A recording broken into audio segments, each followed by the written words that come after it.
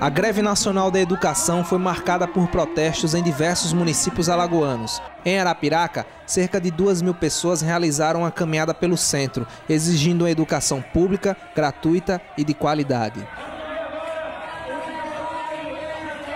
Em Maceió, a mobilização partiu do CEPA, considerado um dos maiores complexos educacionais da América Latina.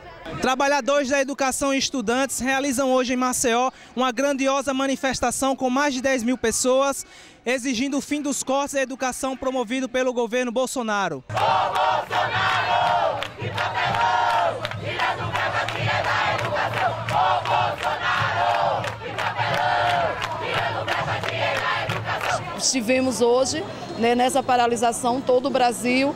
Alagoas não fez só aqui, a gente teve também ato em Arapiraca, União dos Palmares, Delmiro, Palmeira dos Índios, Penedo, Piranhas. A nossa luta unificou, é estudante junto com o trabalhador. O dia de hoje representa a resistência e a luta da classe dos trabalhadores do Brasil inteiro, e em especial do nosso estado de Alagoas, porque nós precisamos resistir ao desmonte dos serviços públicos, o desmonte da educação e de áreas essenciais, que muito contribuem com a sociedade brasileira. Bem, é um dia importante para nós, que estamos construindo essa luta em defesa da educação pela CNTE e os sindicatos filiados, como é o caso do Sintel aqui em Alagoas, desde que esse governo assumiu, que o MEC vem sendo desmontado, que as políticas públicas de educação não observamos nenhum projeto desse governo para a educação, pelo contrário, é uma destruição do MEC e das políticas do Plano Nacional da Educação. A nossa luta é todo dia, educação não é mercadoria. Nos fala um pouco do processo de destruição da universidade pública, da educação pública em geral, para poder favorecer a educação privada. Existe um processo em curso de privatização da educação pública. Ao contrário do que alguns pensam, privatizar não só é vender o patrimônio público, também pode ser enfraquecer o setor público através da ausência de recursos para que ele funcione a contento, e isso servir como plano de fundo, como justificativa para que instituições como a universidade passem a cobrar algum tipo de mensalidade para manter o seu serviço funcionando. Então, eles fazem isso porque eles pretendem direcionar o recurso que é da educação pública aprovado no orçamento para pagamento do superávit primário. Então, sobretudo, é um governo que está preocupado em agradar o capital e retirar investimento da educação. A proposta desse governo é ver a educação como mercadoria. Então, a mercantilização, os projetos, os pacotes prontos, que são investidos em todas as redes, estadual e municipais, para que haja o desmonte e afirmem para a sociedade que a escola pública não presta. Isso não é verdade. A escola pública, nós temos 49 universidades federais, que produzem conhecimento, uma das melhores do país. Então, é essa escola, é essa educação que nós defendemos. Educação pública fica! Educação pública fica! Este governo é um governo de banqueiros, é um governo que veio apenas para atender os interesses do capital internacional, atrelado à política dos Estados Unidos, e no dia que o ministro da Educação anunciou os cortes contra a educação pública, as bolsas de valores mostraram a subida das ações das empresas privadas internacionais de educação. Estudantes universitários e secundaristas tiveram uma participação importante contra os cortes de verbas e a precarização do ensino público.